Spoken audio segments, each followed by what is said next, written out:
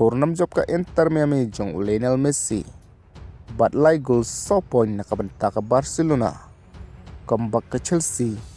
Bat dang ye bat ka Arsenal haklidu jong ka making point ha ka Premier League. Teho oit perlok ha ki jingil kai Premier League. Ka Arsenal persya iya kalin. Ka Arsenal kalala bantep kaput. Iya kalit lang ba da saulan at gol. Kabal pelong sendon ya ka Arsenal ban ye bat. Ha ka kerdan ka banengkong jong ka Premier League. Da ka ba kalioban kamay hadu san peulai point. Bat Khurnam job ka Liverpool persya ka Newcastle. Lang ba da saulaway gol.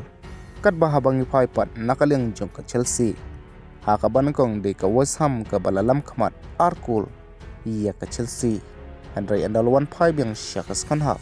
Ka Chelsea kalala ban comeback. Lang ba da laila Arkul.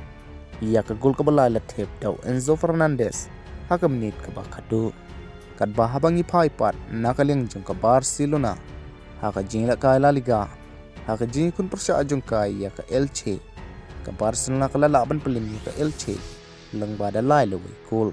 Iya ki bali oban tep daw Lamine Yamal o Ferran Torres bat o Rashford.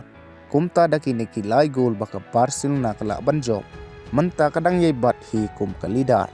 Ha ka mi himpon jong ka La Liga. Da ka batam 10 point. Bat hadu nrungut ki player jong ka Barcelona. Ki bala ban tep shipeu gol plus seneng.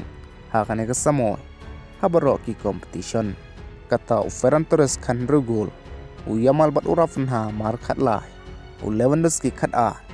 U Rashford bat u Fermin Lopez mar shipeu gol. Bat Khurnam job ka Intermiami jong u Lionel Messi. Lang bada ar laway gol. Kabadiru ka jing job ka banengkong. Ha usnem. Nakabenta ka Intermiami.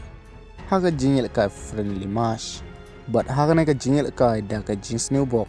U Lionel Messi ulahit iya ka post. Andray layo pat banteb da o Suarez.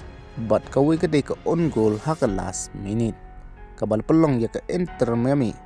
Ban Khurnam job.